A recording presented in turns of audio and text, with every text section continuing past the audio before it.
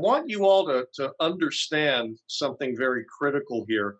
The job hunt process is a process, and it's a series of first impression that you're going to make along the way. For example, you find a job posting. What you do, sometimes whether you're asked for it or not, is you write a cover letter. We're going to talk about that in session 3. The cover letter is, if it's written well, is going to get the employer to open your resume. And the resume, if it's written well, is that portal to this thing that is called LinkedIn. Again, we're going to have a whole session devoted to that next week. If all of these, as I like to call them, foundational documents, work the way they're supposed to work, one leading to a good first impression that leads to the next thing, if all 3 of these work the way they're supposed to, then that series of good first impressions leads to the interview, which is another series of first impressions, and ultimately that leads to you getting the job. So at any point along the way, the first impression that each of these things creates has to make an impression that's good enough to get you remembered by the employer. Now, I say that because in some professions, in some postings, job postings, there might be dozens, and in other job postings, there might be hundreds of people who are applying. Why should they look at your stuff? Why should they consider you? Why are you special, and so forth? That's what all of these things are meant to do. They're meant to convey and market you in such a way that you will be seen by and remembered by the employer and the company to which you are applying. So we're not going to take these sessions in order. We're going to talk really about the resume and LinkedIn first because they're much more static than the cover letter. The cover letter is not as static as the resume and LinkedIn profile. It changes a lot. They don't. So we'll get to the cover letter in 2 weeks. But we'll start with the resume tonight. We'll talk about LinkedIn next week, and then the cover letter in session 3. And then the interviewing aspects we'll cover in sessions 4 and 5. I hope everybody is with me so far. If you have a question, I would certainly encourage you to type it up in the chat. We'll try and catch it there and answer it, not at the end, but we'll try and answer some of the questions as they come up, because I know sometimes you see or hear something and you want to ask a question right then and there. We'll try and catch them that way. So, excuse me. Sure. Mr. Jonathan, Sure. Can you go back to the 5-week agenda, please? Sure. That one. Thank you. Welcome. Thank you. You're welcome. Okay, we'll get back over here, and we'll begin our explanation of the resume and its place in the job hunt process. How many of you have you've been out with your friends? Maybe in the good old days, you went to New York City. You're walking around. You get to a point where you're hungry. Everybody says to each other, "Hey, let's eat." Okay, where should we eat? And you come up to a restaurant. And what's the thing that's usually done at that point? Everybody looks in the kiosk, or they look in the window, and they look at the menu. What do they serve here? What does this place have to offer? And usually when people are looking at these menus in the window, they're not looking at the whole thing. They're not reading it from the first entry to the last dessert. You know, they're usually looking for what they want. And if you like what you see, all your friends and you say, "Hey, this looks pretty good. Let's go inside." So having liked what you see, you then begin to engage with the restaurant because the menu out in the kiosk or in the window brought you in. And conceptually, in many ways, that's how a resume works. You send it to an employer, they get it, they're looking at it. They're not looking always at the whole thing. They're looking for what they want, the sections that are important to them. If they like what they see, they may engage with you even further, and you hook up and things start to happen with interviews, and things like that. So the idea of a menu set outside in the window or in a kiosk, drawing you in and eventually, hopefully, engaging you with the restaurant. You go inside, you sit down, you order, and so forth, is conceptually the same way in which a resume works in the job hunt process. Sent to an employer, they look at it, they like what they see, they engage with you further. So if they don't like what they see, just like if you don't like what you see on the menu, you're going to move on. You're not going to engage with that place because it doesn't offer you what you're hoping it would have offered. So conceptually, resumes work the same way that menus do when restaurants put them out like they do in these photos. So that being the case, what is a resume? A resume is, as I said earlier, it is a good first impression. There are a series of first impressions that you're going to be making in the job hunt process. It is one of the most critical ones because it's the one that has to be made very early on. They're gonna see your resume very early on. Demonstrate your match for a position. If I were applying for a marketing position, my resume should show marketing experience, social media knowledge, knowledge of maybe some certain software that I might use to do website development or things like that. In other words, I've got to be able to prove, and my resume needs to be able to show that there's a match between what they're looking for, what the employer is looking for, and what I have already done and already know, and therefore have to offer them. It also does bullet number 2 by showcasing your value of your talents and your skills and things like that to an employer.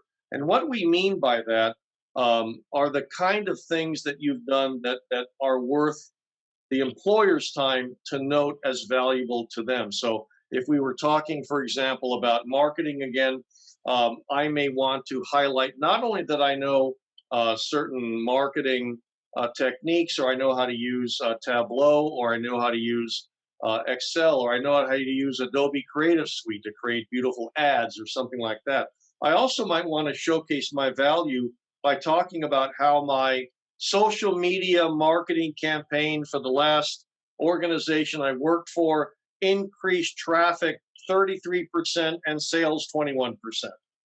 Those are the kind of things that we need to be able to talk about, not only skills, talents, education, and experience, but actual things that we can highlight and showcase that shows that our skills and talents and education experience were put to good use and were valuable to where we've been. And as I've said, ultimately, the purpose of that resume is to get you the interview. A resume will hardly ever qualify you for and get you a job. They just don't tend to work that way.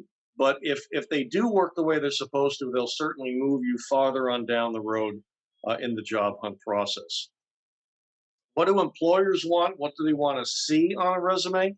Well, they want to show, they want you to show on the resume that you have the necessary skills to handle the job.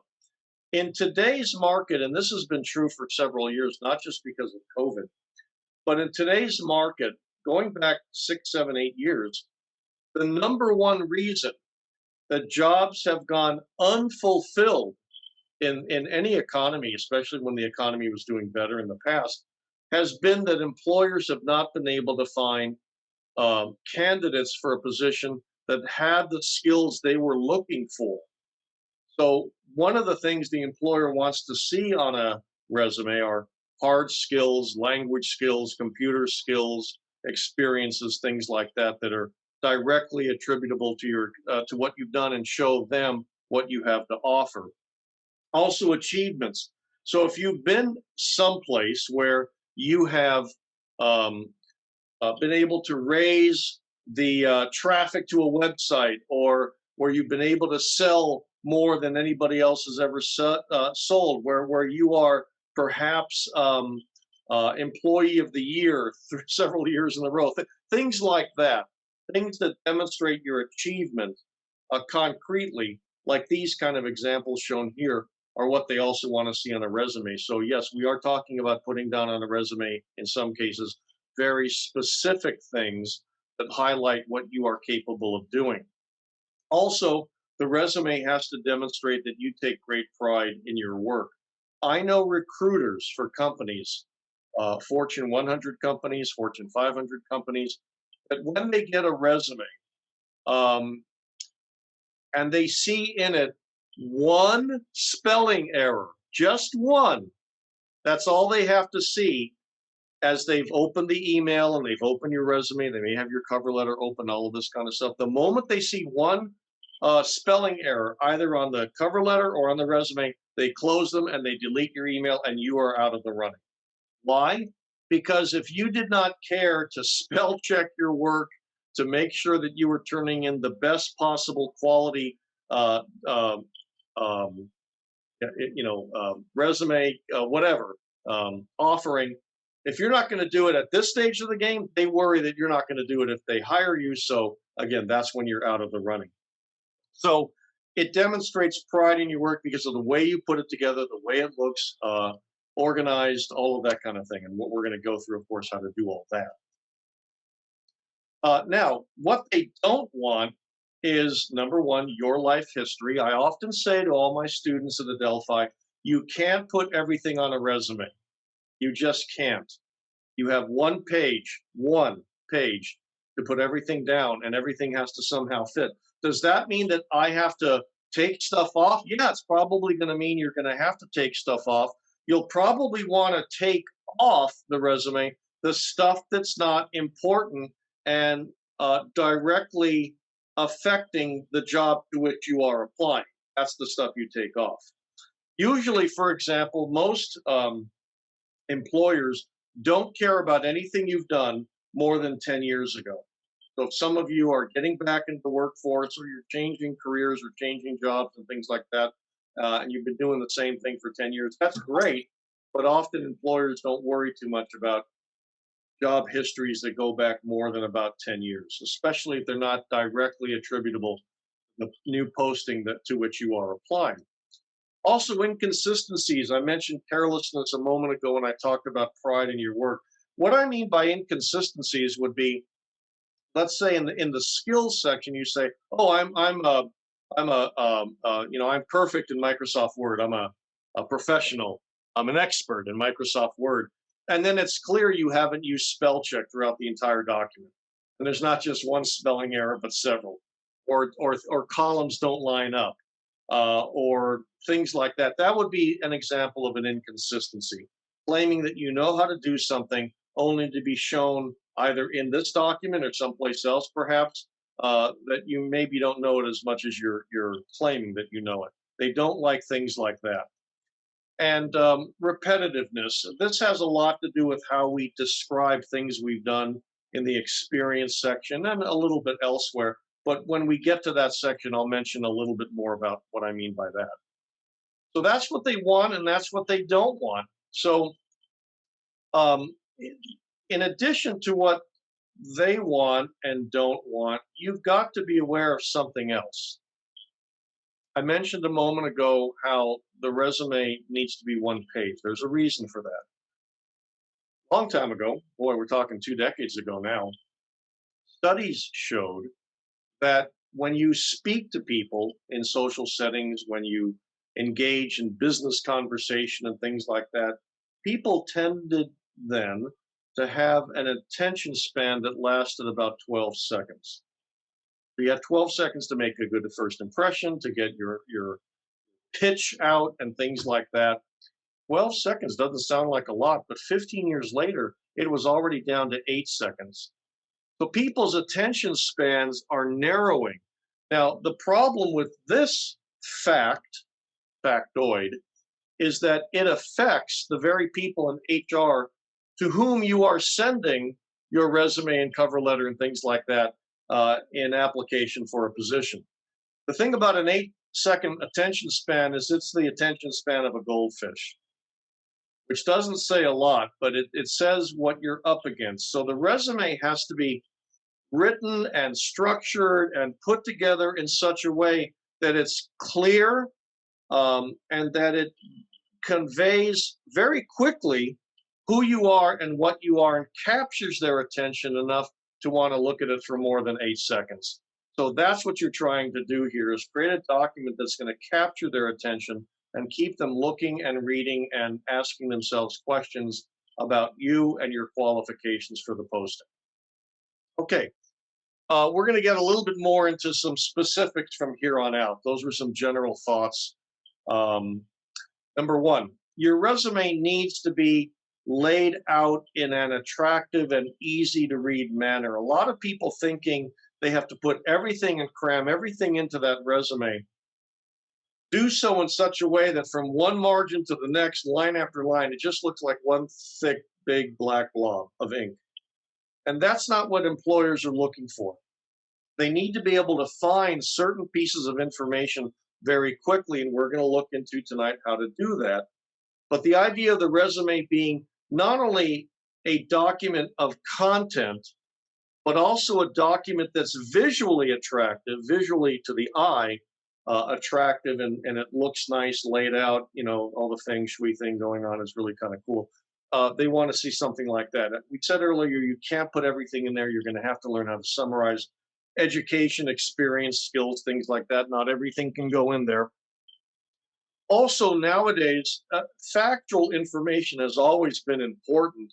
But the reason I put this down now is that in this day and age, people can find you on the internet and they can investigate you via social media. They can look at Facebook, they can look at Twitter, they can look at Instagram, they could look at LinkedIn, and most likely they will.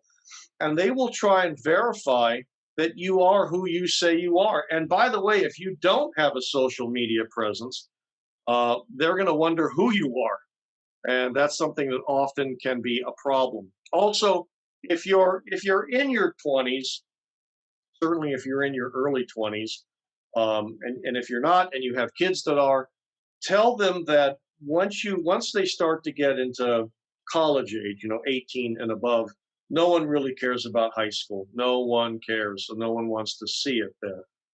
At that point, as I tell students, when they were in high school, they were seen as a kid. Once they reach 18, the world is trying to look at them as an adult. And so they don't want to put down on a resume anything that's going to remind an employer they were once a kid. They want to kind of reinforce psychologically the idea that, hey, they're an emerging adult, an emerging professional, and things like that. So no high school stuff. The college age and post-college age kids, they don't need that on there. Also, you're going to want to, you can accomplish some of these things like summarizing your education, experience, and skills by focusing on the job target. To use my earlier example, if I'm applying for a marketing position, marketing analytics position, for example, I'm not going to put down necessarily that I was a waiter at a restaurant or a checkout clerk at Stop and Shop near where I live, or that kind of stuff. It's not relevant to the job target. So we might want to get rid of the stuff that's not relevant and emphasize the stuff that is relevant so that we can do exactly that, so we can focus on the current job target. Okay, first things first, this is how we're going to begin the entire document. Some of you may have a resume ready, and we're going to talk about how to deal with that, but I want to encourage many of you who may be starting from scratch to think about some of the things that we're going to talk about right here. First of all, prepare your own resume. Don't use the word templates that use table formats. The reason I say that is because they're difficult to edit. Table format templates in Word are difficult to edit. It's much easier, believe it or not, to just start with a blank page and build your own resume, which we're going to talk about tonight. You start with 1-inch margins around the border. If what you're typing in and you've done everything you can to summarize and edit and keep it focused and so forth, still runs onto a second page. We can always reset margins later. We can also reset fonts later. So you want to use one and only one font throughout your entire resume. Don't mix fonts. It looks kind of confusing. So these are called business fonts. These are some of the more popular and more widely used fonts. There may be a few others. This is most of them. So use one of these. Calibri should be on here. That's rather popular now. And begin at 12 points. So you're going to use 12-point font throughout the entire resume, except for your name, and I'll explain that in just a moment. So 1-inch margins, 12-point font, and now you're ready to begin. And if we have to edit that later, we can, and I'll show you how. When you start to build your resume, and you're going to be typing section headings and data to go with it and so forth and so on, as you're trying to create space between data elements, between, for example, column settings on the left-hand side, if you don't know what I'm talking about, don't worry, you're going to see it all very soon with numerous examples.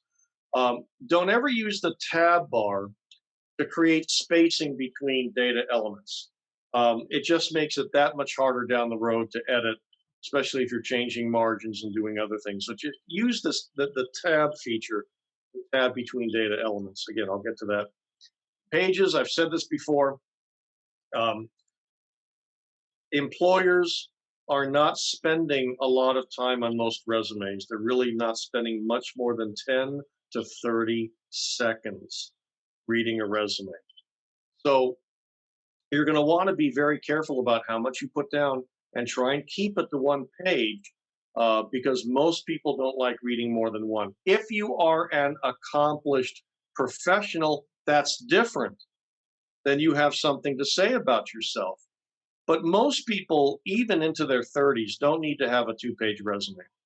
Sometimes the shorter the better. And sometimes the shorter the better will get them interested enough to want to go to LinkedIn. And LinkedIn is the place where you're creating the equivalent of a 3 to 4 to 5-page resume. That's supposed to be detailed because that's how LinkedIn works. Edwina, you have a question. You can unmute yourself and go ahead and ask. There you go. No, you're back on mute. You answered it while you were talking. Oh, okay. You're all set then. Very good. Okay. Most people are not expected to have a long resume. Okay, I've been saying that ad nauseum. Let's continue on.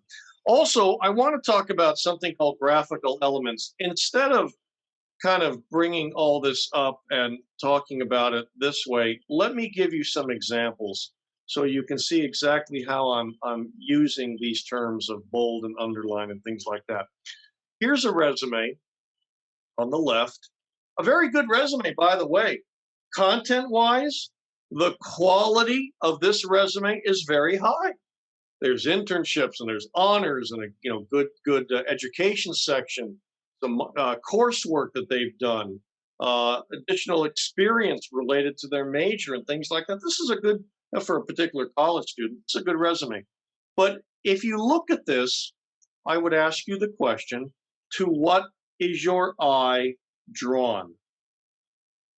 The answer is probably nothing, because nothing stands out. Nothing is highlighted, nothing's in bold or anything like that. Therefore, nothing stands out. Therefore, your eye is drawn to nothing in particular.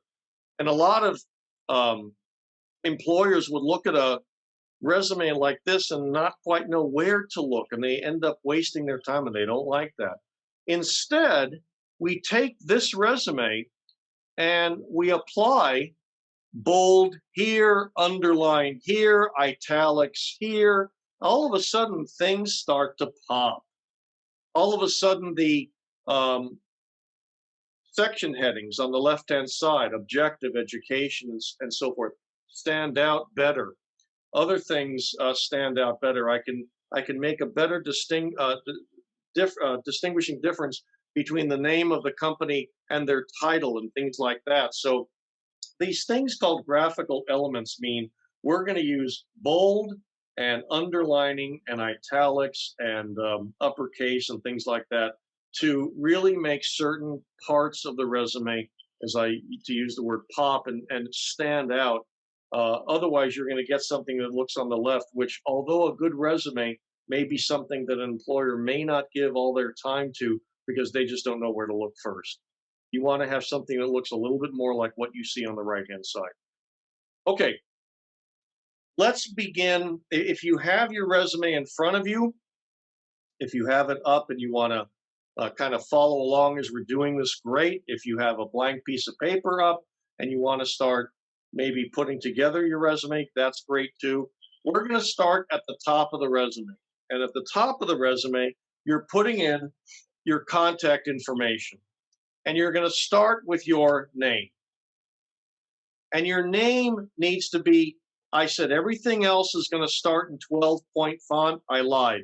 Your name is going to be in 18 to 20-point font.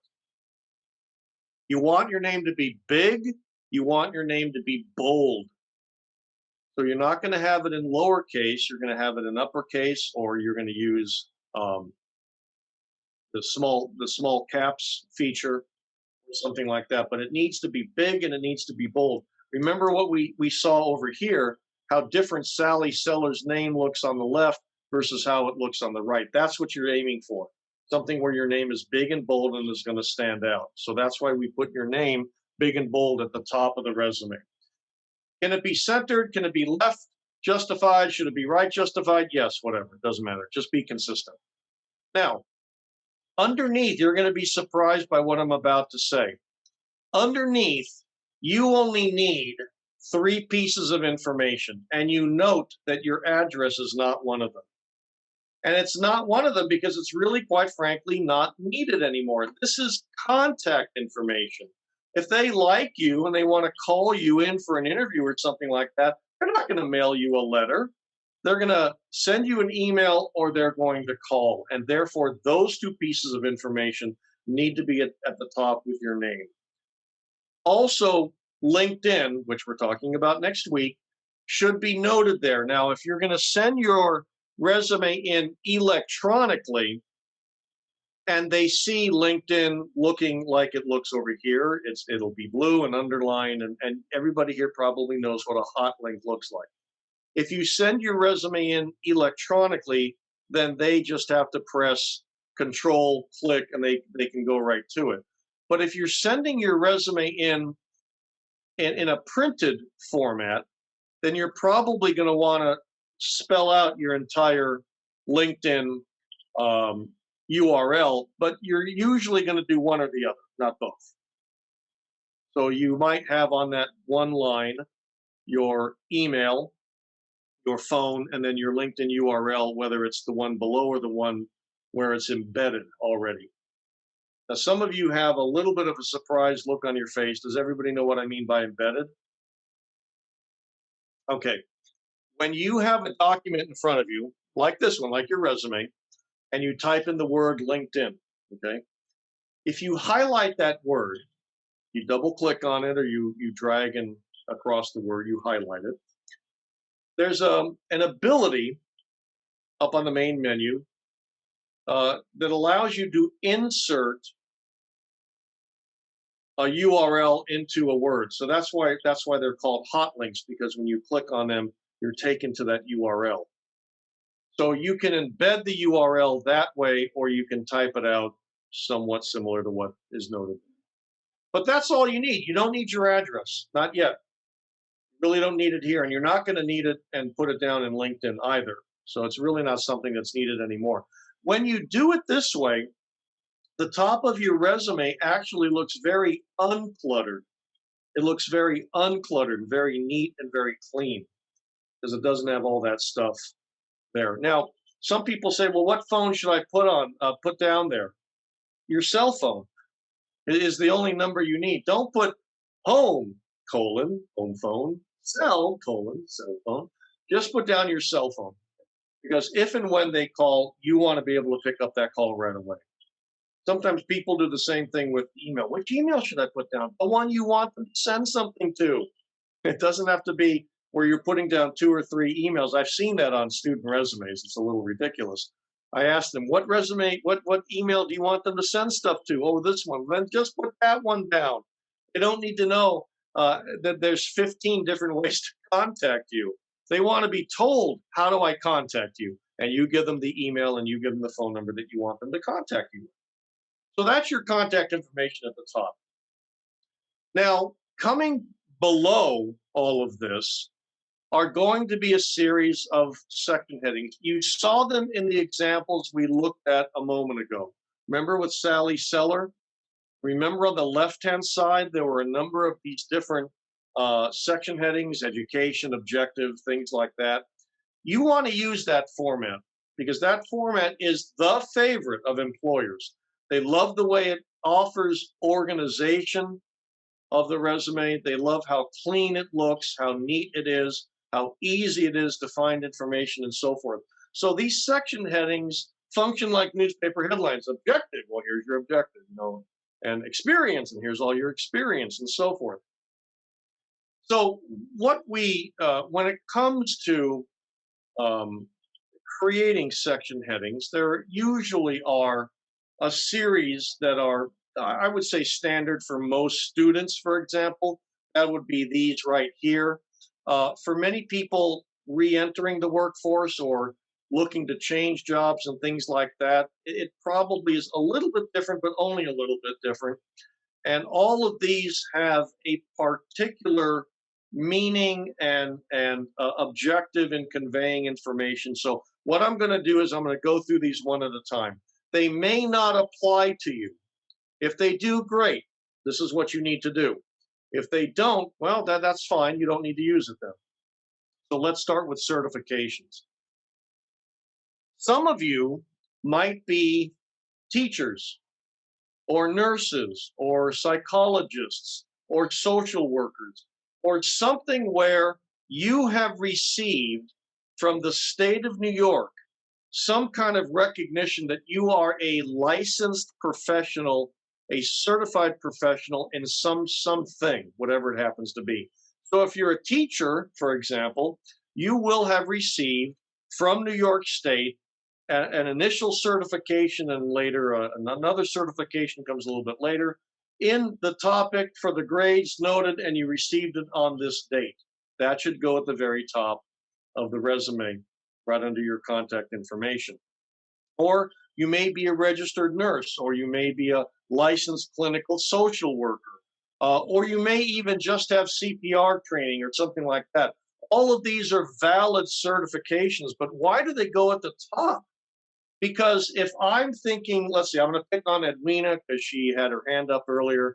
So let's say Edwina is applying to my hospital, Southside. What's that one called in Freeport? It used to be called South something.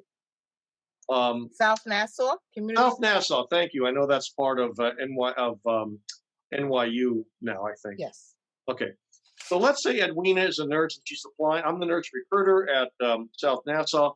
And what is the very first thing, Edwina, that I need to know about you if I'm going to hire you for a nursing position? What's the very first thing I need to know? Oh, no, you're on mute. That I'm a nurse, and what? Perfect. Yeah, that's it. The first thing I need to know about Edwina is that she's a nurse. If she's not a nurse, I'm not interested in reading the rest of her resume. Why bother? Because she's not qualified to do what I'm looking to hire. She is So a nurse, if you have one of these certifications, and they typically are in these four areas: teaching, nursing, social work, and then there are these other certs by American Red Cross and things like that. They go at the very top because they are official standards in the state of New York that say this person is qualified to do this work. So they go at the very top. And again, if they don't apply to you, no problem. Under certifications, we could have, and this is an optional thing, we could have this thing called an objective. And a lot of people think they have to have an objective there. But not everybody applying for a job has to have an objective. Let me give you an example. I'm going to go back to Edwina. Let's say Edwina sends me, the nurse recruiter at South Nassau, a resume, and it says on there, certification, registered nurse, education at Delphi University Nursing School, internships at NYU Winthrop, nursing clinicals at this, that, and the other place, membership, American Nurses Association, blah, blah, blah. The last thing I need to see at the top is objective. I want to be a nurse. I can kind of figure that out from the rest of the resume. So in that kind of an example, it may not be needed. But I'll tell you what, if you're going to put an objective down, don't put something down that is so general and that is just so blah, blah, and says nothing particular about you, that someone who's reading your resume is going to look at that, and I guarantee you they're going to roll their eyes because they've seen stuff like this all the time. This is a statement that says nothing about you. What you want to do, rather, is you want to tell them who you are, what you hope to achieve with this job application and sending them their resume and so forth and so on. So you want to talk about what you're applying to, what you're hoping to get, how you might be able to utilize certain skills and things like that. This would be an example of a much more specific objective, because this objective also helps me contextualize the rest of your resume, because you might have a lot of different things you've done. You might have done some marketing stuff. You might have done some sales stuff. You might have done some volunteer stuff. Who knows what? It may be kind of a mishmash. So I'm thinking to myself, well, where is all this going? Where is it leading? This objective tells me this is what you're looking for. Okay, good. I understand now. He or she is looking for an entry-level marketing position. It also says that they have some skills they can utilize. This is great. This helps me as the recruiter understand and contextualize and qualify the rest of the resume. It can be very helpful stuff, but only if it's not the top thing, only if it's the bottom thing. Okay, after certifications and objective, if you want to put that in, now comes what a lot of people think is the heart of the resume, the meat of the resume. That's kind of true, although everything on the resume can be important. This section is often considered the most important. So here's where I'm going to specify my experience. Now, experience, by the way, comes in a lot of different ways: full-time, part-time, nonprofit, for-profit, volunteer, community service. All of those things are experience. Research positions, all of those things are experience. All of those things give you experience in different ways. Some of them are more valuable than others. I said earlier, you can't put everything down on a resume. You can in LinkedIn, but you can't put everything down on a resume. So you're going to want to tailor the experience section to the job that you're applying to. So what do we want to put down here? We want to note where you worked, where it was, what you did, when you did it. So all of this is all together on the left, in the data element next to experience. It's not spread out, part of it in the middle, part of it on the right. It's all together like you see it here. And then underneath, you're going to have a series of bullets. And these bullets are sentences that begin with I, except you're never going to say I. So what happens in a sentence that begins with I? Subject, verb. I created, I managed, I supervised, I trained, I performed, and so forth. You don't say I, that's a given. You start with that verb, and that verb, when I'm reading it, captures my imagination. These are great verbs: created, managed. These are action verbs. They show things you've done.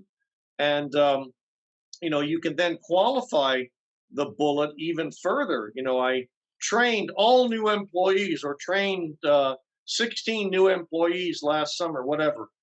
You can always qualify these. Created a new marketing program that increased web traffic by 34%. But you want to start with these verbs. What you don't, and by the way, it doesn't matter whether you begin with your company first or you begin with your title first or whatever. It does not matter. Just be consistent. Now, let me get back to these action verbs. There's a whole bunch of them. Make sure that present jobs use the present tense and past jobs use past tense. Make sure the tense matches to the date. And never use I already said that, but also don't use these other wasted words that you see here. Responsible for, duties included. That's assumed in the very aspect of there being bullets underneath the work experience section. And do not ever use a narrative form. A narrative form meaning, in other words, you write a paragraph for what you did. Don't do that. Go back to what we have here so that the bullet reads quicker. Remember, we want to move the employer through your reading and get them excited enough to move on to LinkedIn. So don't use the narrative. It takes too long to read. And I've heard a lot of employers tell me, quite frankly, they will not read it. They do not like it and they will not read it. So use the bulleted form to be more punchy and quick in the way you display your experiences. Now, I want to show you how using bullets can really affect how the employer views you. Let's say that you were working someplace and one of the duties that you had was changing a light bulb. Now, you can put down a bullet that starts with changing a light bulb or changing light bulbs, okay? You write down a bullet, change light bulbs in the facility. Okay, that's a little boring. How could we rewrite that to make it a little bit more interesting? And I would submit to you this one. Single-handedly managed the successful upgrade and deployment of new environmental illumination system with zero cost overruns and zero safety incidents. A little thick and pouring it on, isn't it? But it's not technically inaccurate. Now, excuse me, the former, changing a light bulb, is kind of the boring opposite of what's below it. But it gives you an idea, hopefully, that there are different ways to say things. And sometimes you need to look at what you're saying and put yourself in the position of the employer who's going to be seeing your resume. Is this something that's going to impress? Is this something that's going to convey to them what I can do and why I might be unique and the person they should talk to and hire and things like that? But while this is a little meant to be funny, it hopefully highlights the idea that there are ways to convey what you put down in those bullet points. Okay, after we put down all of those experiences that you have, and remember, you really don't want to go back more than about 10 years, then you want to talk about activities. Now, some people often ask me, why do I want to put down volunteer stuff, community service stuff, activities of this sort?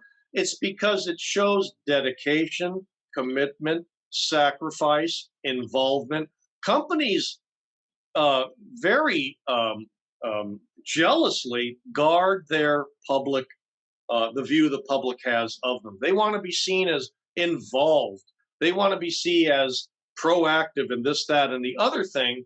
So if you're involved in stuff, if you're proactive in things, if you're helping the community and they hire you, that's going to make them look good.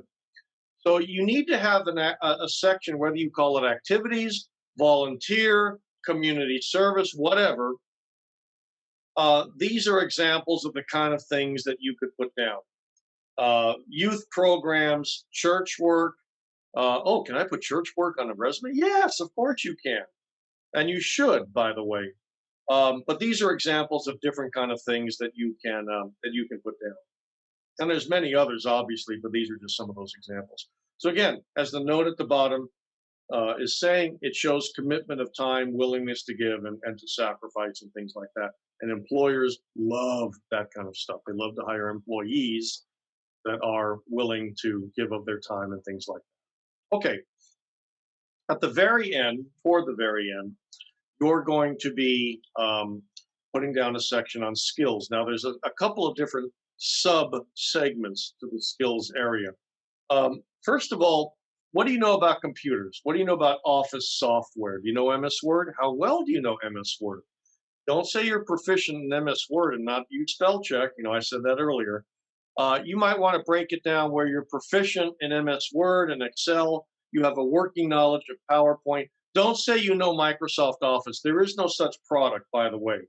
Microsoft Office is a marketing name for a suite actually of about 8 or 9 products. So you either know bits and pieces of the 8 or 9 or whatever, but you don't know Microsoft Office. Usually people that can say that are certified experts, and there's very few of those running around. But you might know other stuff. You might know Prezi, you might know blogging tools.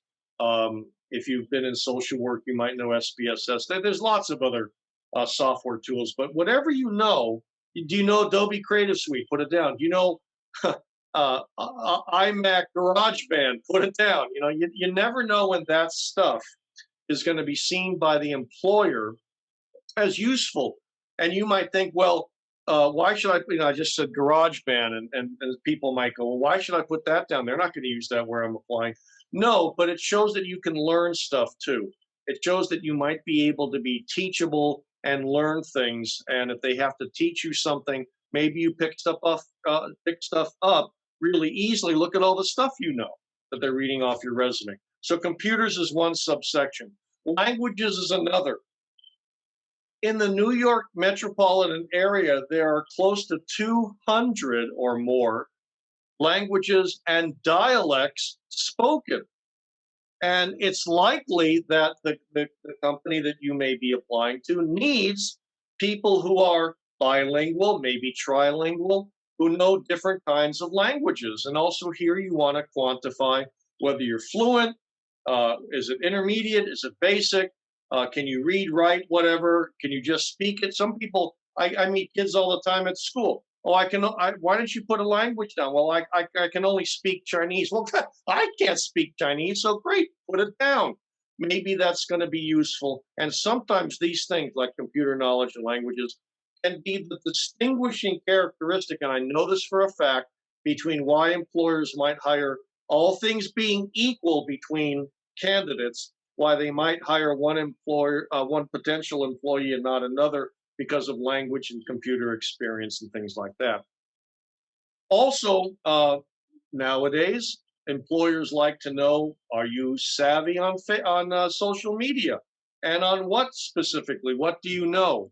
And things like that. There's still a lot of people out there that really don't know social media as well as they would like. And so they're often looking for help to raise their product awareness, their cause, whatever it happens to be, and they need to use social media for it, and they just don't have the personnel who's knowledgeable in it.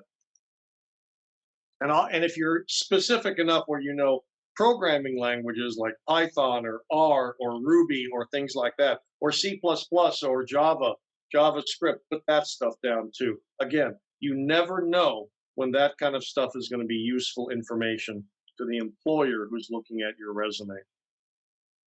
Now, for most people who are out of college, they're many years past those years, that stuff, that education information will tend to go at the bottom because it's not really pertinent if you're already in your 30s or 40s, making a career change and things like that. This really isn't that relevant enough for like a student in college where we tell them to put it at the top because we want the employer to see that at the top.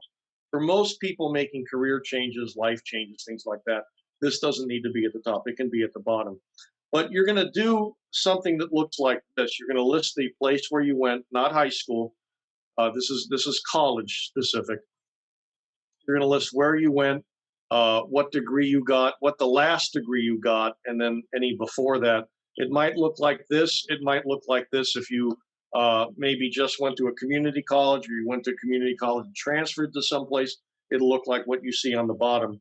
But you can see how we're being very clear here, where I went, where it was, what I got, in what, and so forth. Don't put down, by the way, this is one of those telltale signs that you don't know what you're doing. Don't ever put down bachelor's degree. Don't put that down, because there's no such thing as a bachelor's degree. If you go to college and you get a diploma, it doesn't say on there bachelor's degree. It says on there Bachelor of Arts, Bachelor of Science, Bachelor of Fine Arts, BBA, Bachelor of Business Administration. It says something like that. It never ever says bachelor's degree, so don't put that down. But that's the degree, and then the in other words, BBA BAN, what follows, that's the major. So your degree in major, then the year you got it. If your GPA was good, put that down. That means you're smart. Don't sell yourself short on that. But it's going to look something like this. So when we put this all together, I want to show you something. So bear with me for a moment as I go here.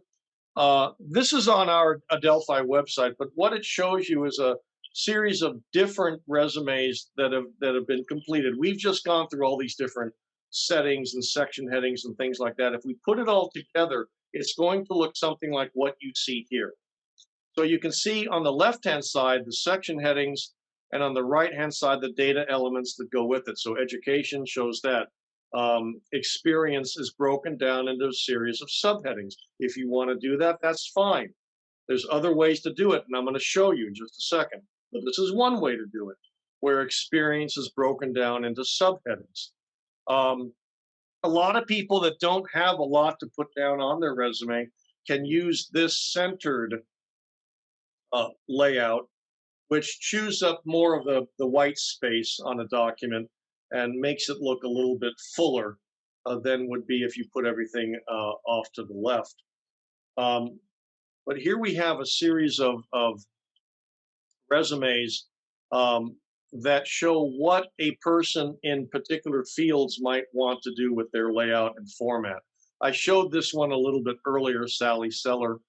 This would be an example of the kind of resume that a marketing person might put down. Or maybe they're a nurse, so it might look like this, where we're listing all the nursing stuff that the person has done. Or it might look like this, if they've got social work experience and so forth. So you can see with all of these, there's different ways of showing and displaying information, but the general format and the general layout is all the same. There are section headings on the left, and there's the data elements that correspond with them on the right. And as I said earlier, employers love this format because the section headings, the way they're laid out, like you see here, like we've talked about, make it easy for them to find what they're looking for more quickly.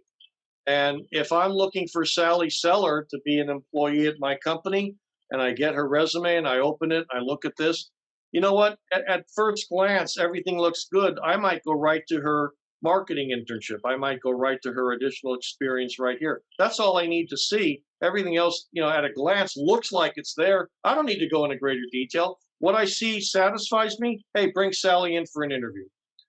So the idea of putting the section headings on the left-hand side, the data that goes with it, tabbed over a little bit, this is what employers love. They love this kind of layout.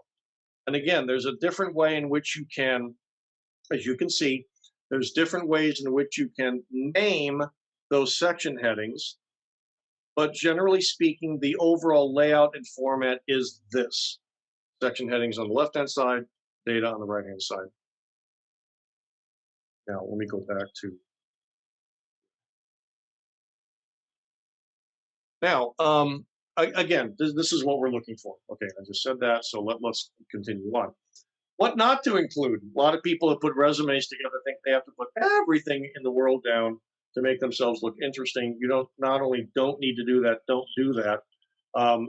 Interests, I like to snowboard, I like to bowl, I like to go biking. Who cares? The employer really doesn't care. If they hire you, then they will care. But for now, leave that kind of stuff off.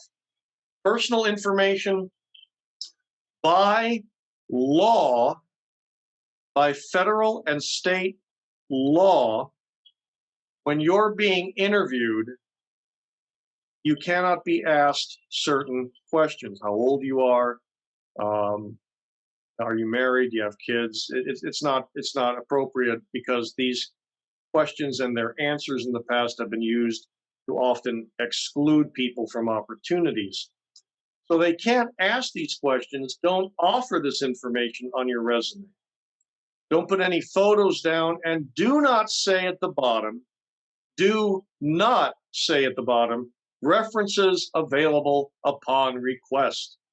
That's a redundant point. If I want to see them, I'm going to ask for them anyway. And if I ask for them, you might as well be, have that reference page right in your hand and ready to hand it over because I want to see it. So don't put that at the bottom. References available upon request. Take that out. Don't have that there at all. Now, what if you work really carefully? You put together a great looking resume. You've said everything you have to say, but you know what? It's still running over one page. I really can't get rid of everything because all of this is really good stuff. This is really good stuff. So what do? There's a couple of things you can do. Often any combination of these things help. Number one, I told you to start with 1-inch margins and 12-point font, but if everything is bleeding onto a next page, what you could do is you could reduce the margins. When you reduce the margins, the resume will widen the amount of space it's using from 1 inch to 0.7, 0.6, whatever, go to 0.5. I often recommend don't go smaller than that because there are software programs that many companies have that read resumes automatically. And some of them can't read what's beyond 0.5 margins. I just know that for a fact because employers have told me. So as you start to reduce the margins, the amount of space you can use widens, and sometimes things that wrap come up on the next line, and then things just start to move up. The other thing you can do is you can reduce the font. You start with 12. Okay, we're on a second page. Let's go to 11. Oh, there's one more line left. Let's go to 11.5. Oh, everything's now on one page. Great. Okay, problem solved. But these two things, reducing margins and reducing the font, any combination of those two can often very easily help you contain everything on one page with very little problem. Also, you may want to look at your bullet points. I've been given resumes where the experience section, I remember one particular case had 15 bullet points. You don't need 15 bullet points. You don't need more than 5 bullet points. 3 to 5 for your current job situation is usually considered enough.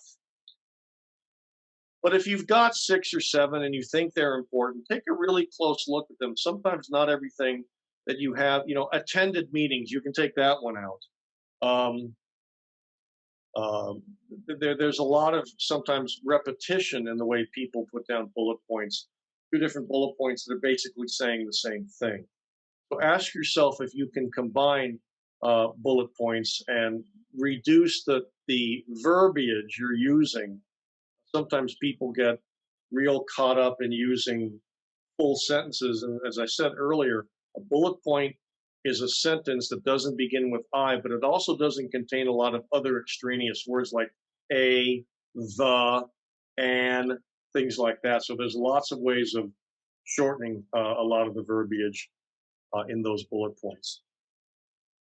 Okay, and the farther on back you go, you don't have to have 3 to 5 bullet points for every single experience you're noting. You can have 3 to 5 for the first one. You can have 2 or 3 for the next one that was maybe 5 years ago. You can have 1 or 2 for the one you did 8 or 9 years ago. You don't need to be very detailed the farther on back you go.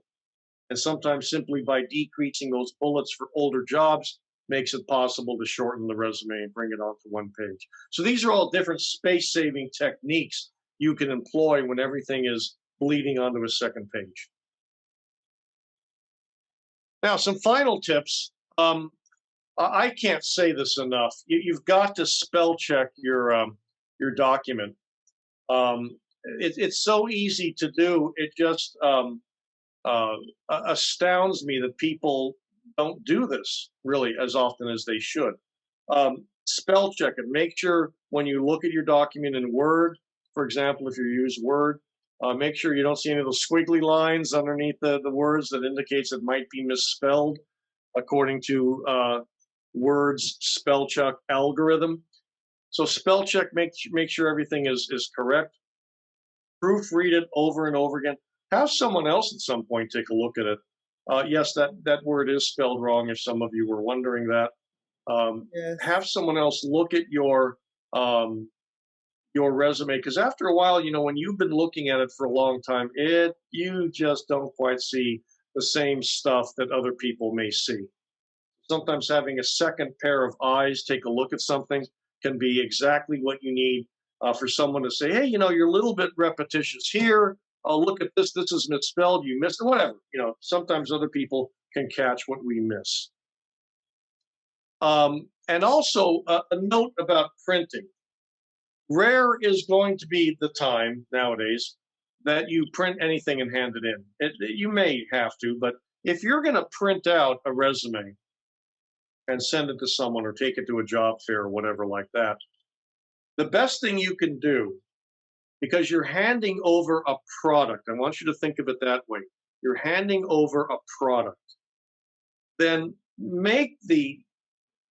spend the money to get resume paper at Staples and have Staples printed, unless you have one at home, have them printed on a laser printer. I am absolutely convinced that there's a difference between printing something off on a laser printer and printing it off on an inkjet printer, because an inkjet printer sprays the ink onto the page. And if the page is not a thick piece of paper, then it's going to bleed. It's not going to look very crisp. But a laser printer burns the ink onto the page. I think it makes for a much crisper, cleaner looking document. Okay, I think we are at the end of this particular session, and we have some time because we're meant to go to about 7:15. So if any of you have any questions, now's the time to ask. Anything I said. I want to go back here and keep these up in case your questions are about layout and format and stuff like that. Come on, gang. I have a question. This is Janet Wright. Can you hear me? Yes. Okay. I happen to be in HR myself currently with my current job, and I'm in healthcare. Sure. But if I had worked through the temp agency for Northwell Health for multiple, I was in administration, I was in a lot of key positions, working for senior leadership at the hospital, but it was all through the temp agency. And I did that for a few years, and then finally I got hired. But for that portion of when I was with different companies, how do I condense that? Because my resume right now is 2 pages. Okay. So I don't know, I don't quite know how to condense. Well, sometimes what I've advised students to do is, instead of putting down the separate companies that you worked for, that the temp agency helped you get, I'm imagining the work you did was very similar from one place to the other, right? Well, it was all through Northwell Health. So still in the health system, but administration, I was in the emergency room. I worked in, key places there. Oh, okay, I got you. Yeah. In the pediatrics, infectious disease, it was always leadership positions that I had. Yeah. But it was through Lloyd Staffing. Okay, so forget Lloyd Staffing. What you can do is, if you look right here where it says Jamaica High School, actually, you know what? That's not a good example. Let me give you the one that nursing one, the closer to what you're doing. Okay, see where it says Mercy Medical Center? Yes. Okay, so you would put down Northwell Health right there. I don't know, Lake Success, New York. And then underneath there, you would put the most current title that you now have. So that would go right underneath right here. And then, when you started, and probably says to present or something like that. Well, I'm not with them anymore. I'm with a different company right now. Okay, but we're talking, but for Northwell Health, but Yes. for all those different things you did. So you put your title here and when you did it, and then a couple bullets. And then, without repeating Northwell Health, without repeating it, right when you're done putting those bullets down for the thing that you last did, you put the thing you did before it. So Northwell Health, title, few bullets, Title, a few bullets. Title, a few bullets. See what I'm doing? Okay. That's what you would do. And what is kind of cool about that, actually, it's a format a lot of employers like, because it shows that you were with one company, but while you were with that one company, you did a lot of different things. You know, you're a multi-talented person. You did a lot of different things. Look at that right there. That looks pretty cool, actually. It also shows that you stuck with one employer for quite some time and that they valued you enough to move you around into different leadership positions. So I think that's only in your favor. Okay. Does that make sense? Yes. Okay, good. Thank you. You're welcome. All right, This is anybody else? Harriet. Yes, this is Harriet. Hi, Harriet. Can you go over again? I think it was, sometimes my own shorthand is illegible. Okay. Volunteer community services. And then I think we had another subject heading activities.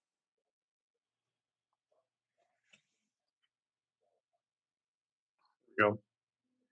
Okay. So here's the section on activities. Mhm. And these are just examples, obviously. Now, you can use the phrase activities. In fact, let me show you. Go back here. Look at the bottom here. See volunteer experience? Yes. See, what this person has done is there's different kinds of experience. There's internship experience, there's related experience, there's volunteer experience. If we go to other places, same thing, social work experience, business experience.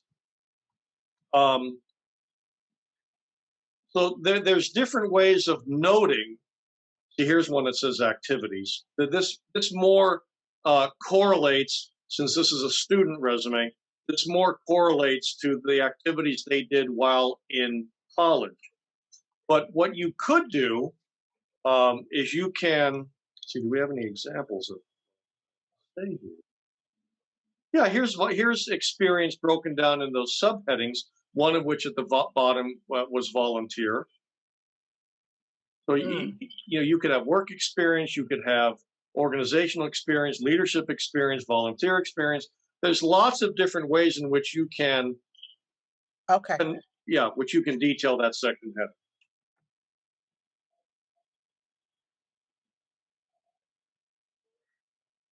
Okay, anybody else? These are very good questions. Hi, my name is Joshelle. How are you? Hi, Joshelle. Thank you. Good. How are you? I'm doing pretty good. So I think I have like two questions, but I can roll them together. So at my current job, I've been there for 7 years. And while there for 7 years, I've grown to different positions within the same company. So the question that I have is twofold. So the first question is, I list on my resume that I've done multiple positions to show that I've grown within the company, but it has more than the 5 bullets. So I wanted to know, since I've been there longer, should length of time cause you to have more bullets? And then the second question is, we're talking about like that 10-year period. And so if most of your time has been at one company, is there like a minimum number of jobs you want to have listed on your resume, because you don't want it to just be one place? Do you need to have multiple examples or multiple companies? That's a very good question. First of all, it's going to look very good for you that you've been in one place for 7 years and you didn't flit around from one place to another. So on the one hand, you have that very much in your favor. And if you can also show, like we were talking earlier about that Northwell Health position, where you show you were here and there's a few bullets, then you were here and there was a few bullets, you can do that kind of thing. Again, the same concept that shows that the company valued you, moved you around into different positions as you grew within the company. And again, even for your most current position, you're not going to want to have much more than about 5 bullet points. If you have the space on the page and you can put 6 down, then, by all means, go ahead and put 6 down, as long as everything fits on one page. Now, you've been there for 7 years. What did you do before that? So right now I have to fix my resume because it's 2 pages. Okay. 2 pages. So I don't, and right now that's with a 0.5 margin, and that's with the 11 size font. Yeah, what size font? 11. 11. Okay. And so I know that I have to do some trimming, and so I'm trying to figure out how to do the trimming. But prior to that, I have other work experience and also internships, and then my academic is on the second page, so that's not on the first page. Okay. All right. And then also like certifications and things like that. Okay. Again, I said earlier, everything needs to be on one page. I did say some professionals, they just can't get around that. And they've done enough, and what they've done enough of is of value that they just can't get around the fact that everything's not going to fit on one page, so they go to 2. That's fine. I'm not saying that's not bad. I'm just saying most people have to really kind of be very careful about going beyond the one page if there's just not a lot of good content there. Yours may be an example of good content. And it sounds, internships, all of this stuff, especially if it all gears toward and shows that it all supports where you are now and where you may be going, how can you get rid of that kind of stuff? It's very difficult to do. So it may be that your resume probably is fine at 1.5 pages or 2 pages. Don't go down to 10, because usually font at that size is kind of small and hard to see. I got sent a resume once where the font was an 8 point, and I literally could not read it. So, and they kept it on one page because you said keep it on one page. I said, yeah, but don't. Anyway, so it has to be readable. But I will tell you this about employers: they will continue reading if they like what they see. Number one. Number two, remember that if you take stuff off of your resume, you can always put it on LinkedIn. So that can go on and on, the equivalent of 3, 4, 5 pages. So again, I think it just depends on the quality of what you're displaying and things like that. You may be in a position where all your stuff is great stuff, and you're truly looking at us going, objectively speaking, I have a really good resume. What do I do? And there may be nothing for you to do. You may just have to keep it at 2 pages. Thank you. Do you have it in this kind of format with columns and things like that? Yes, I have it in bullets. I used to have it in a table format, but then I sometimes got complaints because of the computer system now scan it. So I took it out of the table format and did it more flat. Yeah, that's why I said earlier, don't use that format. It's not a popular one. Okay, good luck to you. I think it sounds like you're doing the right things. All right, anybody else? If we end up having, I'm sorry, if we end up having our last session number 5, live, if we end up having it live, you all can bring your resumes to that session, and I can take a look at them there. Great. Hi, this is Janet. I have one more question. The PowerPoint presentation, maybe you had said it at the beginning and I didn't hear, but are we able to get copies of whatever you're giving us? Dr. Maxwell, I will make a PDF of it and send it to you, and then you can distribute it to all the attendees. Sounds great. Wonderful. Thank you. You're very welcome. So this particular site Bless you, here, this particular site here that you see, this is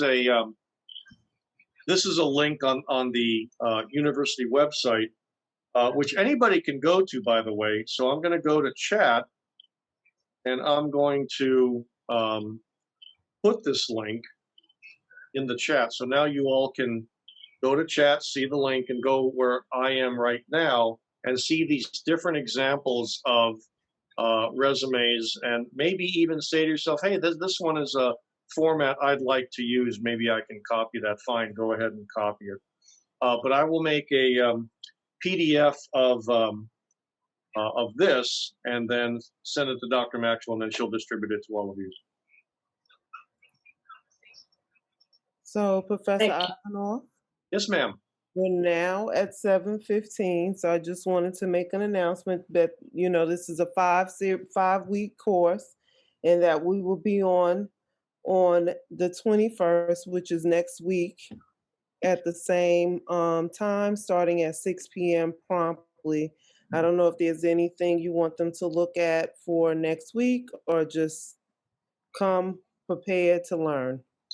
That's a very good question. What I would like you all to do is go to LinkedIn.com and just take a look at what LinkedIn is. It's an online, it's a social media site. It's an online professional development social media site. And more and more and more and more companies, big companies, mid-sized companies, we're finding more and more companies are expecting to see you on it. Yes, I'm already on it. Good. And we'll talk next week about how to take your professional brand, if we can call Yes. the resume that.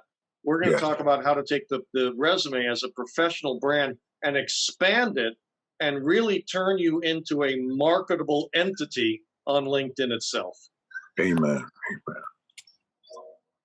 Okay, so you can see how we're going to slowly, carefully expand this idea of professionally branding you, so that when you want to make that mid-career change or whatever change, people are going to look at you and they're going to go, yeah, this is someone I want to deal with. So I would especially like to thank everyone for attending on this evening. And we are ending at this time, and we'll see you next Thank week. you. Thank Take you. care, everybody. Thank you. Thank you. Bye-bye. Thank you.